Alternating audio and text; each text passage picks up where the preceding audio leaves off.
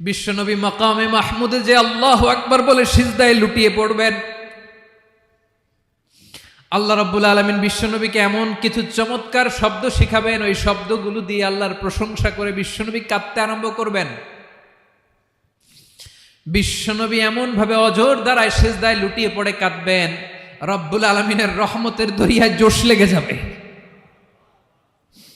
রব্বুল আলামিন এই দৃশ্য থেকে সহ্য করতে পারবেন না। রব্বুল আলামিন বলবেন, ইয়া মুহাম্মদ ইরফা রাসাক,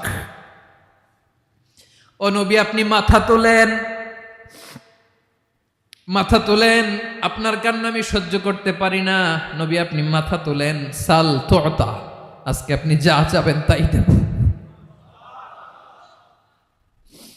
নবী আপনি সিজদা থেকে মাথা তুলেন, সাল তুতা, যা চাবেন তাই দেব। ওয়াশফা তুশাফা, যার জন্য